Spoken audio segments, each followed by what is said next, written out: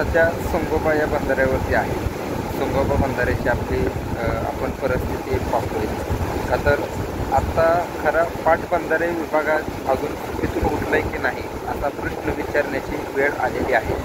कारण त्याचं मी सांगतोय, गेल्या 8 दिवसात सीना नदीवरती 2 वेळा महापूर आला आणि मी ज्या ठिकाणी आता उभा आहे त्यावर साधारणतः माझ्या डोक्याच्या वरून जाईल एवढं पाणी होतं. हा आहे सीना नदीवरील संगोबाकडे जाणारा पूल आणि त्याखाली आहे बंधारा. त्या बंधाऱ्यात जे फुरसण आहे ते फुरसण अजून पाटबंधारा विभागाने काढलेलं नाही. आता सध्या पाण्याची पातळी झपाट्याने कमी झालेली आहे. ह्या फुरसणामुळं आणि दरवाजे न काढल्यामुळं तरडगावचा बंधारा वाहून गेला, त्यानंतर खडकीचाही बंधारा वाहून गेला. आता संगोबा हा बंधारा देखील पाटबंधारा विभागाला वाहून लावायचा आहे का असा प्रश्न विचारण्याची गरज निर्माण झाली आहे. त्याचं कारण ही जी फुरसण आहे ते फुरसण अजूनही तसंच आहे आणि ही फुरसण काढण्याचा पाटबंधारा विभाग काय मुहूर्त पाहत आहे का? कारण ह्या फुरसणामुळे पाणी बंधाऱ्यात जर बसलं नाही तर साईडने निघतं आणि बंधारा फुटतो अशी स्थिती निर्माण होते. तरडगाव बंधारा देखील अशाच पद्धतीने फुरसण न काढल्यामुळे वाहून गेला. आज आपण संगोबा या बंधाऱ्यावरती आहोत. काही नागरिकांनी काल आपण एक व्हिडिओ पाहिला होता की त्या ठिकाणी नागरिकांनी स्वतःहून फुरसण काढलं.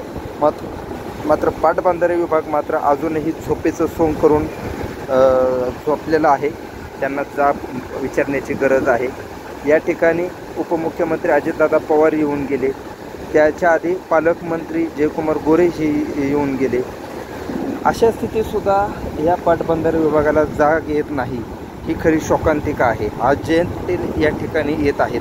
आपण ही परिस्थिती पाहू शकतोय की कशा पद्धतीने हे फुरसण अडकलेलं आहे. कारण एवढं मोठं फुरसण आहे याच्यात की या बंधाऱ्याच्या म्हणजे दारं टाकण्याची जी बाजू आहे त्याला यामुळे पाणी जाण्यासाठी अडथळा निर्माण होतो आणि त्याचा परिणाम बंधारा फुटण्यावरती होतो. ही आपण पाहतोय की किती ह्याच्यामध्ये फुरसण अडकलेलं आहे. याचा परिणाम शेतकऱ्यांना भोगावा लागतो. पाटबंधारे विभाग याकडे कधी लक्ष देणार असा प्रश्न या निमित्ताने तयार होतो आहे. आज पाणी कमी झालेलं आहे. पाणी कमी झालेलं असताना देखील फुरसण का काढलं जात नाही हा खरा प्रश्न आहे. आपण पाहू शकतो किती हे फुरसण आहे ते पाहतोय आपण.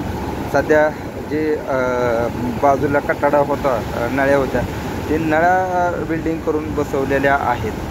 ही डागडुजी सुरू आहे. मात्र शेतकऱ्यांच्या दृष्टीनं सर्वात महत्त्वाचं जे आहे ती म्हणजे हे फुरसण काढणं आवश्यक आहे. यामध्ये खूप मोठी अशी ही बाबळ वाहून आलेली होती. त्या बाबळीची अवस्था आपण पाहतोय. त्यामध्ये शेतकऱ्यांचं पाईप वाहून आलेले आहेत. सगळं पाईप तुटून गेलेलं आहे. या व्हिडिओच्या माध्यमातून आपण पाहतोय. पाटबंधारे विभागानं आता तरी याकडं गांभीर्याने पाहण्याची गरज आहे. अन्यथा हा देखील बंधारा वाहून जाऊ शकतो.